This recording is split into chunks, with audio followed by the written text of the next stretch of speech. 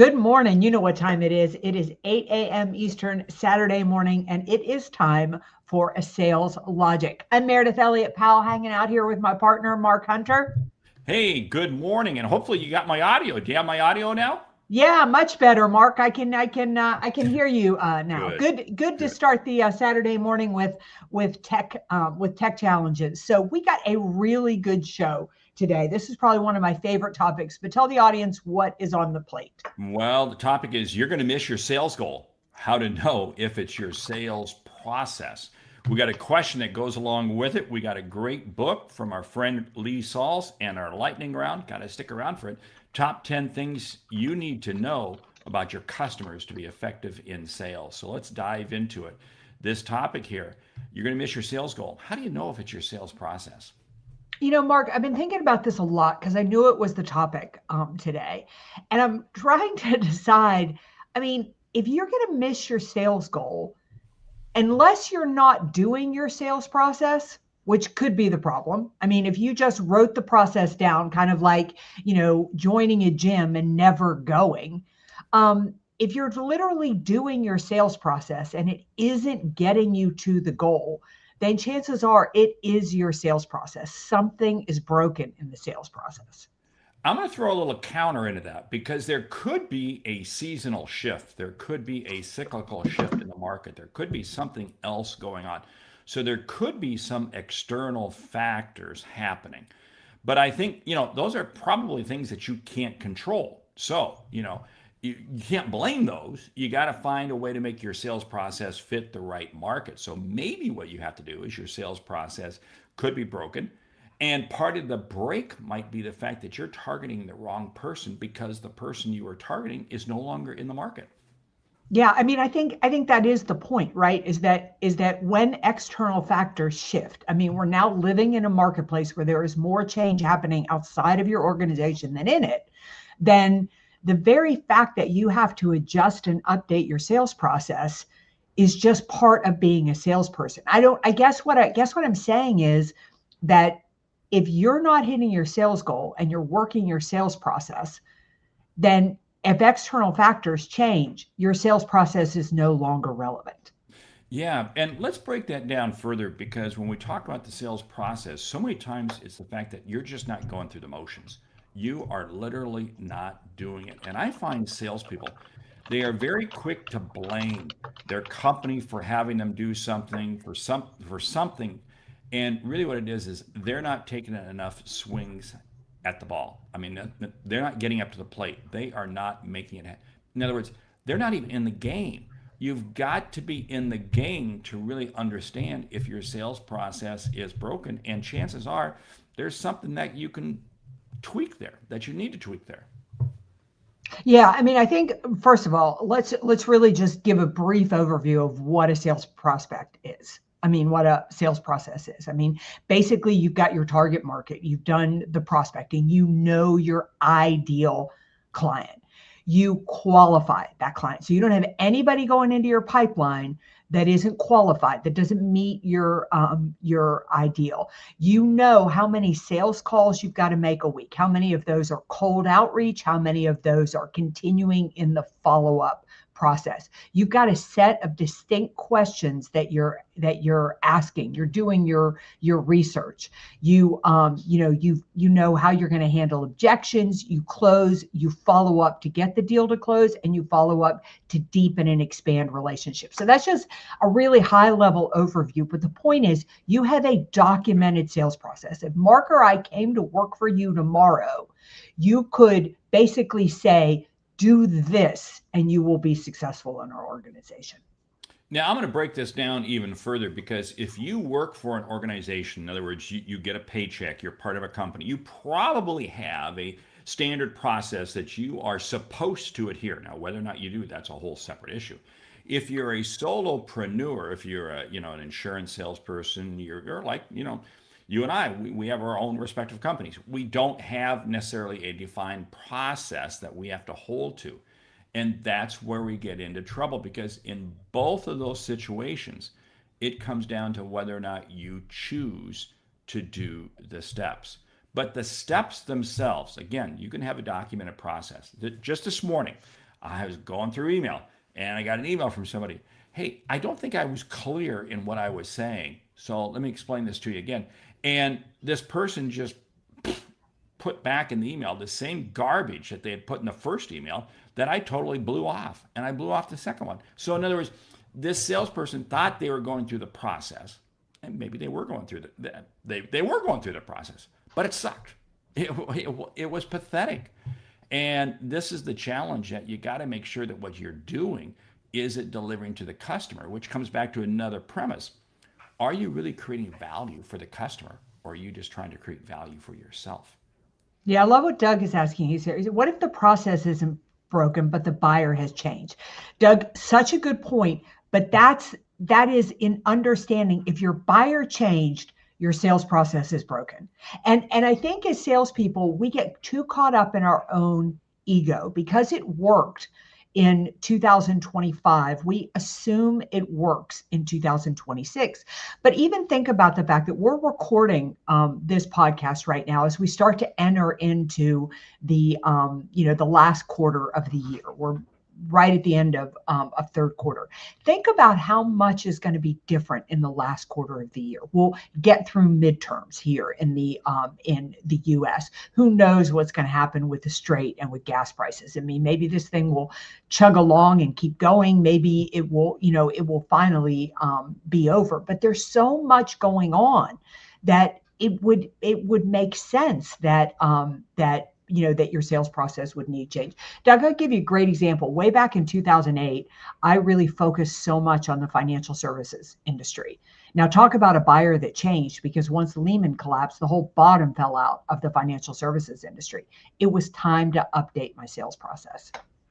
Now, let's back up this bus here, because really what we're saying is that things can change literally overnight, which means one of the things that we all have to do in sales is make it extremely easy for our customers to do business with us.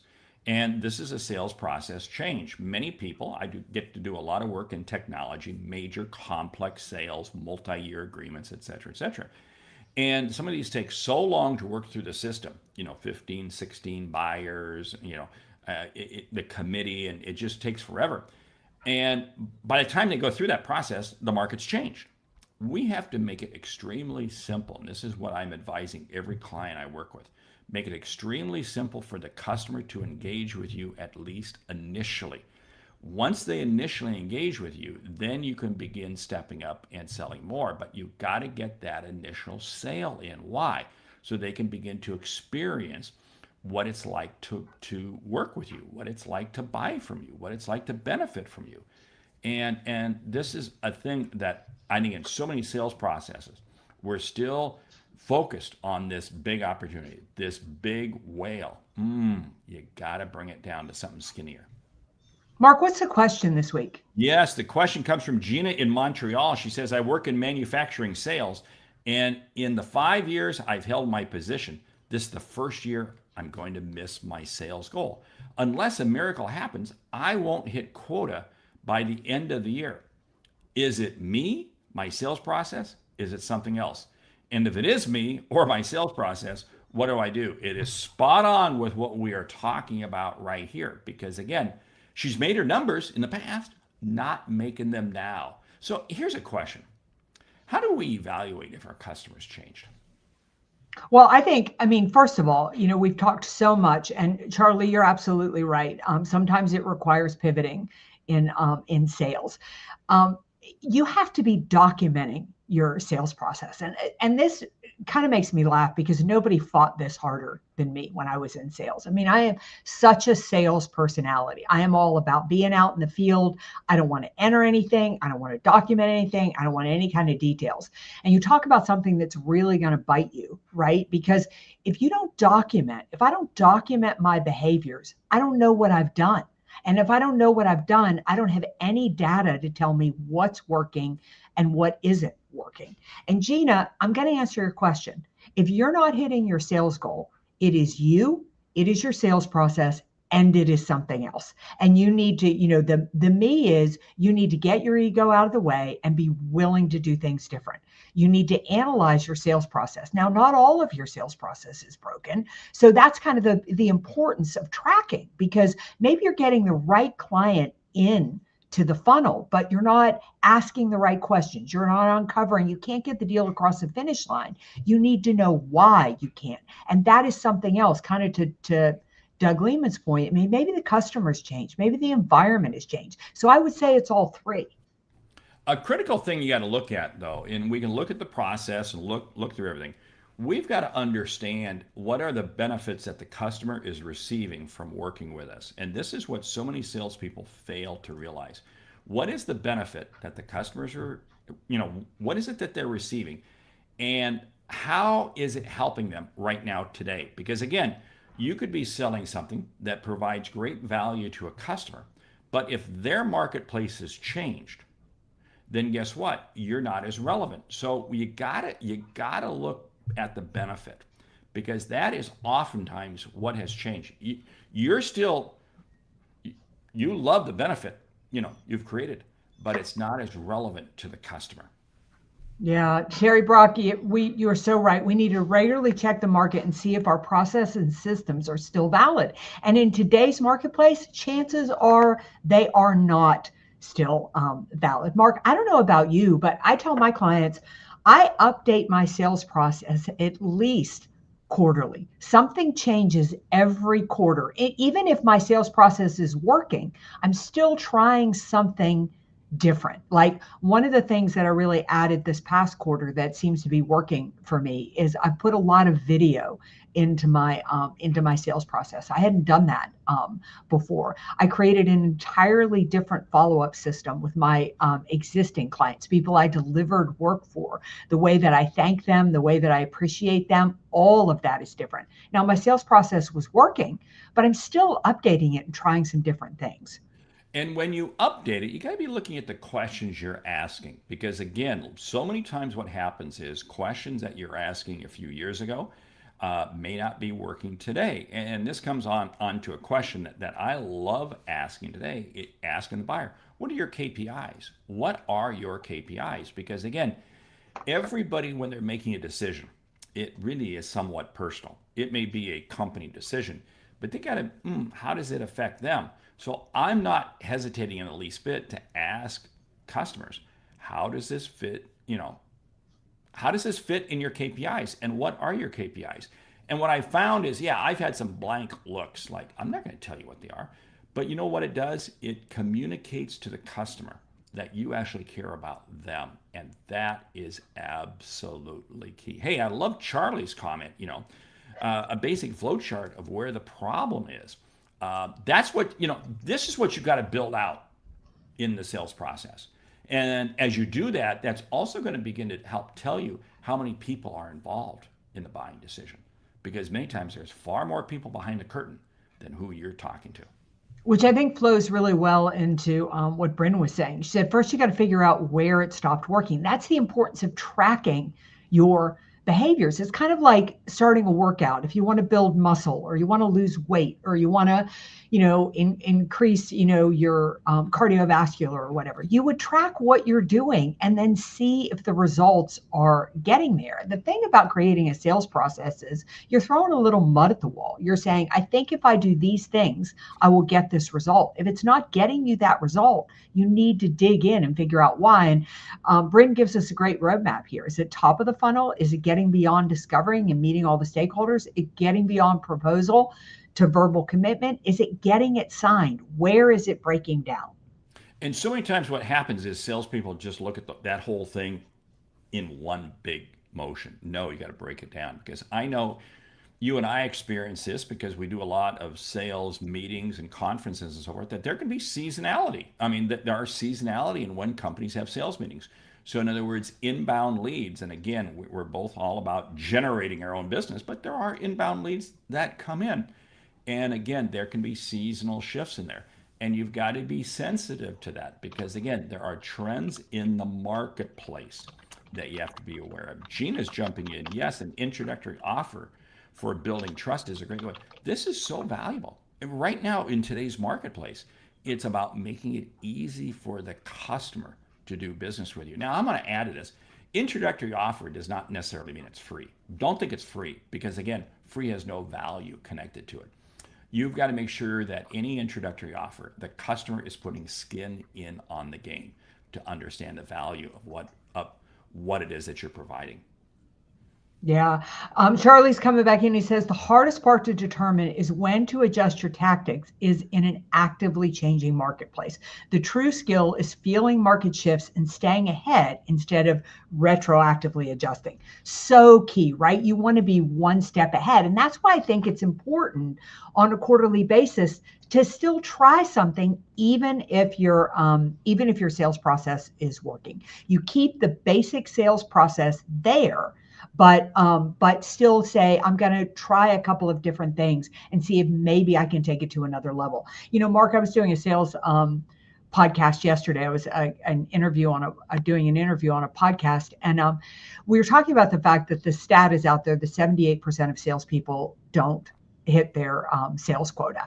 And the reason, when you dive in and do the research on that, pretty much the reason is they say that the sales quota is too high, so people are set up to fail. And I think that's a funny response, right? Like, we just assume if we're not achieving goal, then the sales goal is wrong. And I'm not saying that sometimes it isn't, because I've definitely worked in corporate America where we killed ourselves one year and then they put another 20% on us for the next year. But if you really dive in there and really get your sales process dialed in, and then you really track it and you're really open to making adjustments and changes, trying different things, you're going to be surprised the results you're going to get. And one of the easiest ways to do it is by just developing more questions. I mean, I've always found that the better your questions, the better the level of engagement you are. And it's not the information you share, it's the questions you ask. And let's break these questions down, that you got to make sure that you've got a library of questions. 1, questions regarding the industry. How does the company feel about the industry? 2, how does the customer you're trying to reach out to feel about their customers? 3, their internal processes. And 4, themselves, in other words, the individual buyer. You've got to have questions dialed in on each of those 4. Now, why? Because A, the customer changes. You don't know where they're going to. So in other words, you've got to be ready to catch them wherever they're at. And what I found is the more questions I have, the more opportunities for engagement. And you know what? The easier it is for me to understand when and where the marketplace is shifting.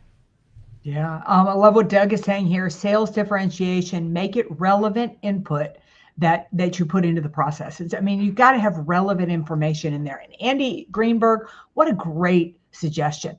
Talk and engage your marketing department. Get the clues and the signals from them of what's happening in the marketplace. Is it growing? Is it shrinking? Are the competitors changing? Really, really good advice there. But I think overall, Gina, what you need to know is the answer to your question is yes. It is you. It is your process, and it is the shifts in the marketplace. And you've got to make adjustments to all 3. Don't think it's going to take a miracle to get you across the finish line by the end of the year. You just need to make some adjustments in your process, and you may not get there, but you'll at least get close and put yourself on a far stronger track for 2027. And picking up on what Andy said, ask your marketing department. You can ask yourself, we all owe it to our customers to understand the industry that we operate in. We all owe it to our customers to understand who their competitors are, what's happening out there. That is so key. Company I'm going to be with on Monday of this week. I went out yesterday, was doing some preparation for them and looking at one of their competitors. And one of their competitors just released their quarterly earnings. I read through it, so I understand the marketplace, that who are these people fighting against? Who are they competing against? So there is research that we can do, and that alone right there is going to help tell us as to whether or not customers might be shifting. This is why it's so key. You got to know the industry that you play in and stay in that industry. Become the expert in that industry. And it's amazing how you'll help your customers. Yeah, I think the big takeaway from today is, number 1 is, do you have a documented sales process? Number 2, Are you documenting it? Are you tracking? Like, you may have written the process down, but are you tracking what you're doing on a regular basis? Are you analyzing it? And then are you making regular adjustments and enhancements to it to better respond to the marketplace? And by doing that, are you sticking to it? Because again, it's easy to just, oh, get this whim of an idea. Oh, you look at a shiny object. Oh, that worked, that worked. You really gotta, when you make an adjustment, as statistically viable as possible. Don't just do your gut. Yeah, I get it. Your gut may tell you this isn't working, but please try something and stick with it before you bail on it. Hey, you ready for the book? I am. Lee Salz. Boy, I tell you what, Lee just keeps coming out with more books, and we're highlighting this book today, Sell Different, and it's exactly what we've been talking about. So. Yeah, it is exactly. In fact, Gina, I would suggest you check out Lee Salz and check out Sell Different, because it would be a great read for you right now and get you on track for the fourth quarter. And that's one of the whole things that any salesperson that is stuck, or even if you're not stuck, what are you doing to continue to expand your sales knowledge? There's so many great books out there, so many great podcasts, so many great sources. Avail yourself of those opportunities. Okay, lightning round. Top 10 things you need to know about your customers to be effective in sales. Go. Number one, a lot of what we've been talking about, you need to know their real problem, not the one they're asking you about. I'm going to add the one that I said earlier. What are their KPIs? What's the individual customer's KPI? Yeah, in other words, I think, basically, what's their vision? If they're going to use their product, what's success going to look like for them? Ooh, I love that. And how does that problem you're solving fit into their big picture? Yeah. Big one that you say, Mark, is who else is involved in the decision? Who do you need to be engaged with beyond who you're talking to at the moment? Oh, I love that. Hey, what happens if they don't solve the problem? Ask that question. What happens if you don't solve this problem? Does the world end? Yeah, you need to know their timeline. Like, really, how urgent is this for them? Yeah. Who is their customer? In other words, who is their customer, and how is what you're selling to them going to help them reach them? Yeah, you need to understand their budget. That would be important. And what's their timeline for making a decision? Is this an expenditure or is this a CapEx item? Yeah. What have they done before? Who else have they talked to? What have they tried? Have they tried to solve the problem before? Yeah. And number 10, can you effectively sell them, and does it fit in your own company's business model? Hey, great list, great show this morning. Absolutely fantastic audience.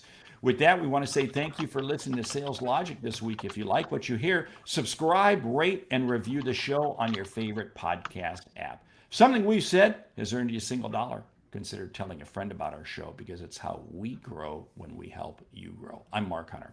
And I'm Meridith Elliott Powell. Remember, when you sell with confidence and integrity, all of this uncertainty suddenly becomes your competitive advantage. And the sale becomes logical. All right, a couple of things. Number one, we are getting ready for SKO season, sales kickoff. If you are thinking about having a sales kickoff in your company, consider bringing in Mark, me, or both of us. We would love to engage you and help you just exceed your goals next year. Remember to stay tuned. More coming on the Backstage Pass for Sales Logic. And as always, you are an amazing audience. We could not do this podcast without you. Send your questions, your concerns, write us a review, and we'll feature you right here on Sales Logic. Now go close a deal.